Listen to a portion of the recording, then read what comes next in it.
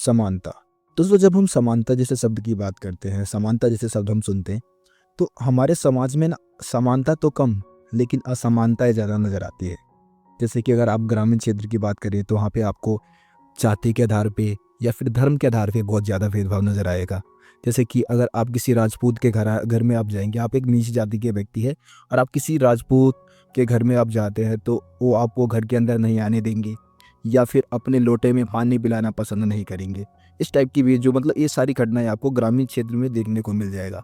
अगर आप ग्रामीण और शहरी क्षेत्र की अगर बात करें तो दोनों ही क्षेत्र में सुविधाओं के आधार पर बहुत ज़्यादा भेदभाव नजर आएगा। जैसे कि शहरी क्षेत्र में यातायात के साधन, बिजली के साधन, है ना, और इसके अलावा परिवहन व्यवस्था बहुत ज़्यादा अच्छी रहती है। शहरी क्षेत्र की मैं बात कर रहा हूँ। लेकिन दूसरी तरफ आप ग्रामीण क्षेत्र की अगर बात करें तो ग्रामीण क्षेत्र में आपको बिजली, सड़क, है ना, ऐसी व्यवस्थाएं या फिर परिवहन के कोई अच्छे साधन ग्रामीण क्षेत्र में आपको नज़र नहीं आएंगे। तो इस तरीके से हम ये समझ सकते हैं कि भाई भेदभाव जो है ना, असमानताएं बहुत ज़्यादा है। इसके अलावा दोस्तों आय के आधार पे बहुत ही ज़्यादा भेदभाव आपको नज़र आ सकता है। मैं आपको एक डाटा बताना चाहूँगा जिसके अकॉर्डिंग इस दुनिया में जितनी संपत्ति है, मतलब जितने पैसे, जितनी संपत्ति है, उसका लगभग 50% से भी अधिक भाग जो संपत्ति है उस पर दुनिया के केवल 10% लोगों ने क्या कर रखा है, कब्जा कर रखा है। मतलब कहने का ये है कि दुनिया की सिर्फ 10% ऐसे लोग हैं जो कि इस दुनिया के 50% पैसों के मालिक हैं। तो इस आधार पे हम समझ सकते हैं कि यार इस दुनिया में भेदभाव कितना ज़्यादा है। तो हम समानता को समझ रहे हैं। समानता का मतलब क्या है, समानता का अर्थ होता है, तो देखिए दोस्तों, समानता का मतलब होता है कि प्रत्येक व्यक्ति को समान सुविधाएं प्राप्त होनी चाहिए ताकि वह व्यक्ति अपनी योग्यता के अनुसार अपना विकास कर सके। अपनी योग्यता के अनुसार, मैंने क्या बोला कि प्रत्येक व्यक्ति को समान सुविधाएं मिले ताकि उसके अंदर जो योग्यता है ना, उस योग्यता के अकॉर्डिंग अपना विकास कर सके। अब जैसे मैं एक एग्जाम्पल के माध्यम से आपको समझाना चाहूँगा कि मान लीजिए एक मजदूर है, ठीक है, मजदूर है जो कि ईंटों को उठाने का काम करता है, और एक साइंटिस्ट है या फिर एक गणितज्ञ है, ठीक है। अब मैं कह दूं कि भाई इन दोनों को समान वेतन, समानता का मतलब क्या है कि समान वेतन मिले, समान सुविधाएं मिली, है ना। अब दोनों को हम समान सुविधाएं या फिर समान वेतन देंगे तो क्या ये समानता होगा? नहीं होगा, है ना।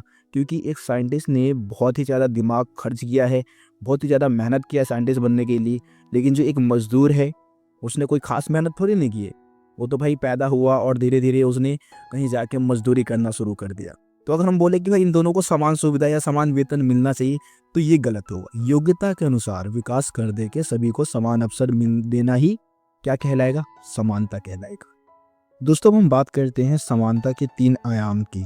3 आयाम या आप कह दे कि समानता के 3 प्रकार, ठीक है, जिसमें हम सबसे पहले राजनीतिक समानता की बात करते हैं। राजनीतिक समानता का मतलब है कि सभी देश के जितने भी नागरिक हैं उन सभी को समान नागरिकता अधिकार प्रदान किया जाए। इसके अलावा मत डालने का अधिकार मिले, ठीक है, ये भी राजनीतिक समानता में आ जाएगा। सभी नागरिकों को मत डालने का अधिकार मिले, वोट डालने का अधिकार दिया जाए। इसके अलावा संगठन बनाने का अधिकार दिया जाए, अभिव्यक्ति की आज़ादी हो, अभिव्यक्ति की स्वतंत्रता हो, तो ये सभी आ जाते हैं राजनीतिक समानता में। उसके बाद समानता का जो दूसरा प्रकार है वो है आर्थिक समानता। अब आर्थिक समानता का मतलब ये है कि जो धनी वर्ग है और जो निर्धन वर्ग है उन दोनों के बीच में जो खाई है उसको सरकार क्या करे? खत्म करने की कोशिश करे। अब देखिए दोस्तों, ये जो अमीरी और गरीबी के बीच का जो खाई है वो शायद ही कभी खत्म किया जा सकता है, लेकिन सरकार क्या करे? देश में एक ऐसा माहौल बनाए जिससे कि सभी लोगों को उनके विकास के समान अवसर प्रदान हो, है ना, समान अवसर उपलब्ध कराए जाए ताकि कहीं ना कहीं किसी न किसी हद तक इस भेदभाव को हम क्या कर सकते हैं? ख़त्म कर सकते हैं, ठीक है। आजीविका के साधन वगैरह उपलब्ध कराना ही कहीं ना कहीं आर्थिक समानता में आ जाता है। उसके बाद हम बात करते हैं सामाजिक समानता की।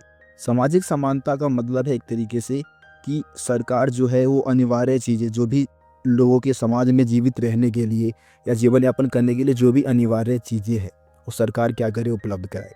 जैसे कि स्वास्थ्य सुविधाएं उपलब्ध कराए, शिक्षा व्यवस्था अच्छी कर दे, है ना, शिक्षा के साधन उपलब्ध करा दे, पोषक आहार उपलब्ध कराए, न्यूनतम वेतन की गारंटी भी देना जरूरी है। इसके अलावा समाज के जो वंचित वर्ग है और जो महिलाएं हैं उनको समान अधिकार दिलाना, ये सब सामाजिक समानता में आ जाता है। वंचित वर्ग यानी कि जो भी अल्पसंख्यक है ना, या फिर जो आदिवासी लोग हैं उनको लिए भी क्या हो? विकास के समान अवसर प्रदान किया जाए, महिलाओं को समान अधिकार दिलाया जाए। तो ये सब सामाजिक समानता के अंतर्गत आ जाते हैं। तो दोस्तों ये समानता के 3 आयाम है या आप 3 प्रकार कह सकते हैं, जिसको मैंने आप लोगों को समझा दिया है। मैं उम्मीद करता हूँ आपको तीनों ही समानता के प्रकार समझ में आ गया होगा।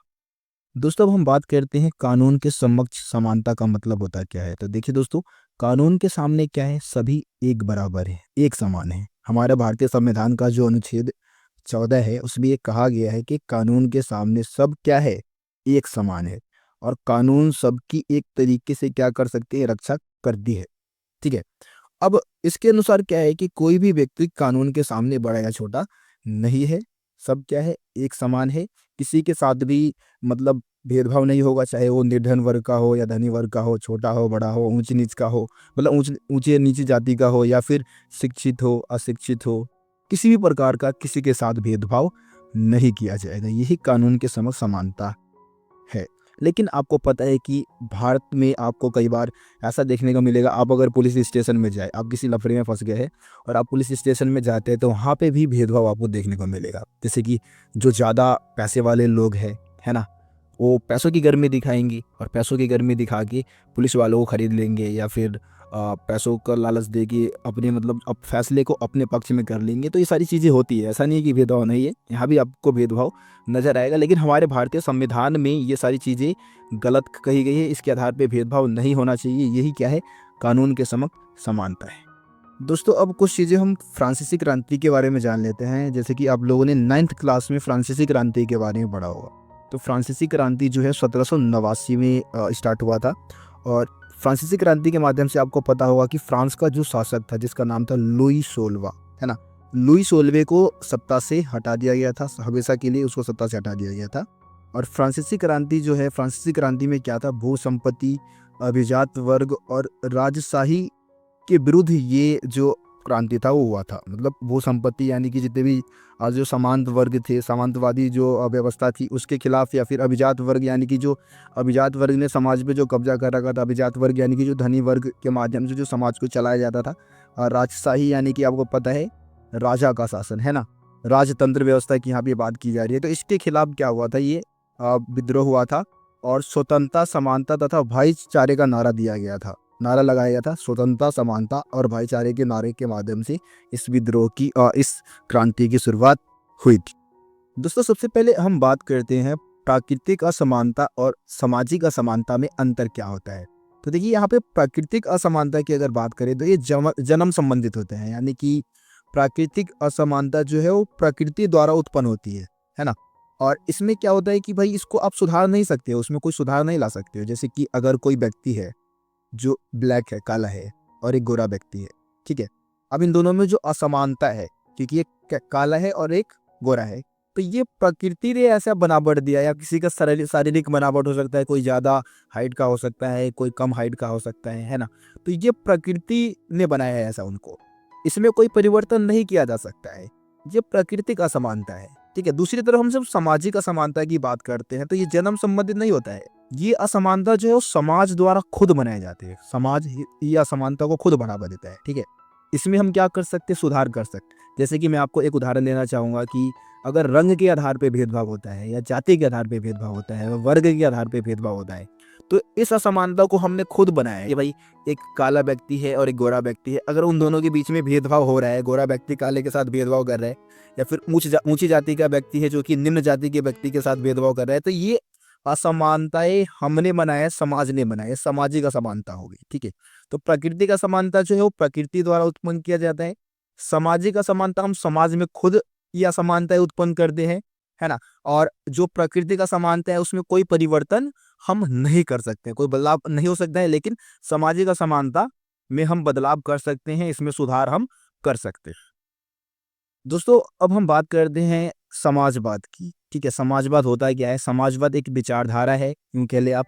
और जैसे कि आप रशिया जैसे देश की बात करते हैं या फिर आप चाइना जैसे देश की बात करते हैं, तो वो समाजवादी विचारधारा को ही मानने वाले देश है। और समाजवादी विचारधारा में क्या होता है कि जितने भी देश के संसाधन होते हैं, जो भी देश समाजवादी विचारधारा को मानते हैं, वो क्या करते हैं, अपने देश के संसाधन जो भी है, उनके देश के संसाधन, उस पर सरकार का नियंत्रण होता है। जैसे कि कृषि है, उद्योग है, शिक्षा व्यवस्था है, इन सभी चीज़ों पे मेन जो चीज़ें हैं ना, उस पर सरकार अपना नियंत्रण जमा के रखती है और लोगों के भलाई के लिए बात करती है। जो अमीरी और गरीबी के बीच का जो खाई है, उसको ख़त्म करने की कोशिश करती है। यही है समाजवाद। अमीरी और गरीबी की खाई का खात्मा करना ही समाजवाद है। ठीक है। अगर हम बात करें भारत की, तो भारत में जो समाजवादी विचारधारा को बढ़ावा देने वाले जो एक नेता है, प्रमुख लीडर आप कह सकते हैं, जो समाजवादी विचारधारा को मानते थे, जिसमें से राम मनोहर लोहिया का नाम आता है। ठीक है। अब राम मनोहर लोहिया ने क्या किया था, 5 प्रकार की असमानताओं का वर्णन इन्होंने किया था। सबसे पहले असमानता में इन्होंने स्त्री पुरुष के बीच में जो असमानता है उसके बारे में बताते हैं। इसके अलावा चमड़ी के रंग के आधार पर जो असमानता होता है, यानी कि जो गोरे और काले लोगों के बीच में जो असमानताएं पाई जाती है, उसके बारे में बताते हैं।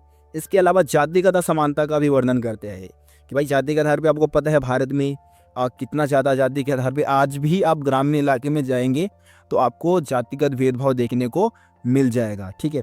इसके अलावा कुछ देशों को अन्य देशों पर औपनिवेशिक शासन, ये भी क्या है, असमानता को ही बढ़ावा देता है कहीं ना कहीं। कुछ देश क्या करते हैं, जो पावरफुल देश है वो क्या करते हैं, दूसरे देशों को गुलाम बना लेते हैं और उपनिवेश बना लेते हैं, है ना। इसके अलावा लास्ट है 5वां है आर्थिक असमानता। आर्थिक असमानता आपको पता है कि भाई आय के आधार पे बहुत ही ज़्यादा आपको भेदभाव देखने को मिल जाएगा। अमीरी और गरीबी का जो खाई है वो आपको बहुत ज़्यादा देखने को मिल जाएगा। तो ये समाजवाद है। और समाजवाद के जो भारत में समाजवाद के जो समर्थक थे वो राम मनोहर लोहिया प्रमुख माने जाते हैं। तो मैं उम्मीद करता हूँ कि आपको समाजवाद भी समझ में आ गया होगा। दोस्तों हम बात करते हैं उदारवाद की। उदारवाद होता क्या है, तो देखिए दोस्तों, जैसे कि आप अमेरिका जैसे देशों की बात करते हैं या फिर यूरोप के बहुत सारे जो देश है वो सब उदारवादी विचारधारा को मानते हैं। इसमें क्या होता है, इस विचारधारा में जो अर्थव्यवस्था है, अर्थव्यवस्था के जितने भी क्षेत्र है, जैसे कि शिक्षा व्यवस्था की आप बात कर सकते हैं, आप उद्योगों की बात कर सकते हैं, है ना। इसके आप स्वास्थ्य व्यवस्था की आप बात कर सकते हैं। इन सभी चीज़ों पे, इन सभी क्षेत्र पे किसका नियंत्रण होगा, निजी लोगों का नियंत्रण होगा। कोई व्यक्तिगत व्यक्ति होगा, मतलब कोई व्यक्तिगत जो लोग हैं उन्हीं का नियंत्रण अर्थव्यवस्था में देखने को मिलता है। इसके अलावा उदारवाद में क्या होता है कि बाजार जो है ना, मार्केट में ना, सरकार का नियंत्रण बहुत ही कम होता है, बहुत ही कम हस्तक्षेप होता है बाजार में, अर्थव्यवस्था में सरकार का। और ज़्यादातर उदारवादी विचारधारा को मानने वाले देश में लोकतांत्रिक व्यवस्था चलता है, यानी कि ये लोकतंत्र को अच्छा मानते हैं। ये है उदारवाद। तो मैं उम्मीद करता हूँ आपको उदारवाद का मतलब भी समझ में आ गया होगा। अब अगर समाजवाद और उदारवाद की तुलना करें तो दोनों में ही बहुत ही ज़्यादा अंतर है। जैसे कि समाजवाद में ज़्यादातर आप लोकतांत्रिक देश नहीं होते हैं, जैसे कि मैंने आपको पहले बताया रसिया जैसे देश है या फिर चाइना जैसे देश है, ये लोकतांत्रिक देश नहीं है। लेकिन अगर आप यूरोप के देशों की बात करें जो कि उदारवादी विचारधारा को मानते हैं, या आप अमेरिका की बात करिए, तो ये सब क्या है, लोकतांत्रिक देश है, यानी कि उदारवाद विचारधारा में लोकतंत्र को अच्छा माना जाता है। दोस्तों हम बात करते हैं नारीवाद की। तो नारीवाद स्त्री और पुरुष के समान अधिकारों का पक्ष लेने वाला एक सिद्धांत है। ठीक है। वे स्त्री और पुरुष नारीवादी माने जाते हैं, जो मानते हैं कि स्त्री और पुरुष के बीच में किसी भी प्रकार की असमानताएं नहीं होनी चाहिए, और जो भी असमानताएं हैं ना स्त्री और पुरुष के बीच में, उसको हमें क्या कर देना चाहिए, खत्म कर देना चाहिए। दोस्तों आपको पता है कि जो हमारा समाज है वो पितृ प्रधान समाज है। यहाँ पे पुरुषों का दबदबा है और बहुत सारी चीज़ों में महिलाओं के साथ भेदभाव देखने को मिलता है। जैसे कि बहुत सारे घर में भाई महिलाओं को पढ़ाना नहीं चाहते हैं, जो लड़कियां हैं उनको स्कूल भेजना नहीं चाहते, जो भेजते भी है तो 12th पास आउट करवा दिया, उसके बाद बोल दिया कि भाई आप घर का काम करो, शादी करवा दिया। 18 साल उम्र हो गई और 18 साल के बाद उनकी शादी करवा दी। अभी भी आप ग्रामीण इलाके में जाएंगे तो बाल विवाह की जो प्रथा है आपको देखने को मिल जाएगा कि भाई 14-15 साल की लड़कियां हैं और उनकी शादी करवा दी जाती है। तो ये सारी चीज़ें आपको देखने को मिल जाएगा। लेकिन नारीवाद ये चाहते हैं कि ये जो असमानता है स्त्री और पुरुष के बीच में हो रहा है ना, चाहे वो शिक्षा को लेकर हो या फिर और दूसरी चीज़ों को लेकर हो, वो बिल्कुल ख़त्म कर दिया जाए। ठीक है, ये है नारीवाद। तो हम बात करते हैं कि हम समानता को कैसे बढ़ावा दे सकते हैं, जो भी असमानताएं हैं उसको हम कैसे ख़त्म कर सकते हैं, समानता को बढ़ावा कैसे दिया जा सकता है। तो आपके एनसीईआरटी बुक में जो 2 पॉइंट दिए गए हैं, मैं उसी को अकॉर्डिंग आपको इस टॉपिक को समझाने की कोशिश करूंगा। लास्ट में एंड में ये बता रखा है। ठीक है। तो इसमें तो पहला पॉइंट आप बता सकते हैं, निषेध तथा विशेष अधिकार जो दिया गया है कुछ वर्ग को, उसको हमें क्या करना होगा, ख़त्म करना होगा। ठीक है। जैसे कि आपको पता है कि पुराने समय में जब जाति व्यवस्था भारत में प्रचलित थी, तो बहुत सारे ऐसे काम थे जो कि नीची जाति के लिए निषेध कर दिया गया था। जैसे कि आपको पता होगा वेदों का अध्ययन करना है या कोई पवित्र ग्रंथ पढ़ना है तो सिर्फ ब्राह्मण या ऊंची जाति के जो लोग थे ना वही कर सकते थे। ठीक है, या फिर राजा बनने का अधिकार केवल क्षत्रिय वर्ग जो थे, योद्धा वर्ग जो था ना, वही राजा बन सकते थे। लेकिन अब ऐसा कुछ नहीं है। अब हमें क्या करना है, इन सब चीज़ों को ख़त्म कर देना है। जो भी विशेष अधिकार हमने कुछ विशेष वर्ग या विशेष जाति के लोगों को हमने जो विशेष अधिकार जो हमने दिया है, उसे हमने क्या कर देना है, पूरी तरीके से ख़त्म कर देना है। ठीक है? उसके बाद है विभेदकर बर्ताव द्वारा। अब इसमें हम क्या कर सकते हैं भाई, विशेष ज़रूरतों का विशेष ख्याल रख सकते हैं या फिर आप कुछ लोगों के साथ अलग-अलग बर्ताव भी कर सकते हैं। जैसे कि आपको पता है कि बहुत ही प्राचीन काल से ही जो नीच जाति के जो लोग हैं, उनको दबाया चला आ रहे हैं लोग या फिर उनके अधिकारों का हनन कर रहे हैं, है ना? जैसे कि अंबेडकर जी के बारे में आपको पता होगा, उन्होंने दलित लोगों के अधिकारों के लिए कितना कुछ संघर्ष किया था। तो आपको पता है कि यार नीच जाति के लोगों के साथ जैसे कि एससी या एसटी जो लोग हैं, एससी है, उनके साथ काफ़ी पुराने समय से भेदभाव होता आ रहा है। तो इसमें क्या किया गया है कि आरक्षण की व्यवस्था की गई है, आपको पता होगा। आरक्षण दिया गया है, एससी और एसटी जो है उनको कई सरकारी जो भी नौकरियां है या फिर कोई भी एंट्रेंस एग्जाम वगैरह होता है उसमें भी उनको छूट दी जाती है। जैसे ये क्या है, एक तरीके से विभेदकर बर्ताव हम इसको कह सकते हैं। या इसके अलावा आप लोगों ने कई बार देखा होगा कि किसी ऊंचे जगह पे पुल पे चढ़ना है तो वहाँ पे आप लोगों ने देखा होगा कि विकलांगों के लिए वो प्लेन प्लस्तर बनाया जाता है ताकि उनके जो पहिएदार जो वाहन है उस पर आसानी से चल सके। तो ये सब चीज़ें किसके लिए किए जाते हैं, मतलब विशेष ज़रूरतों का विशेष ख्याल यहाँ पे रखा जाता है ताकि समानता को बढ़ावा दिया जाए और कहीं विकलांग को ऐसा प्रतीत ना हो कि भाई वो दूसरे लोगों से अलग है, उसको असमानता की भावना उसके मन में उत्पन्न ना हो। ठीक है, तो ये सारे तरीके हम अपना सकते हैं जिससे कि हम समानता को बढ़ावा दे सकते हैं। तो दोस्तों, ये जो समानता वाला जो चैप्टर है वो आपका क्या हो चुका है, ख़त्म हो चुका है। आपको जितने भी टॉपिक समझाने थे मैंने समझा दिए हैं। अब इस चैप्टर के ऊपर आप लोगों को एक इम्पोर्टेंट क्वेश्चन की जो वीडियो है वो प्रोवाइड करा दिया जाएगा, जिसमें जो पिछले साल के जितने भी क्वेश्चन होंगे जो भी अभी तक आपके एग्जाम में पूछे गए हैं इस चैप्टर से, उस सभी क्वेश्चन उसमें लगभग 10-12 क्वेश्चन जो है जो मोस्ट इंपोर्टेंट क्वेश्चन है वो उस वीडियो में ऐड कर दिया जाएगा। ठीक है, तो दोस्तों आपको क्या करना है, इस वीडियो को ज़्यादा से ज़्यादा अपने दोस्तों को शेयर करना है। चैनल को सब्सक्राइब नहीं किया तो सब्सक्राइब करना है और बेल आइकन को भी प्रेस करना है ताकि मेरे चैनल पे आने वाली वीडियो का नोटिफिकेशन आप तक पहुंच सके। तो चलिए दोस्तों, मिलते फिर आप लोगों से अगले वीडियो में। तब तक के लिए जय हिंद, जय भारत।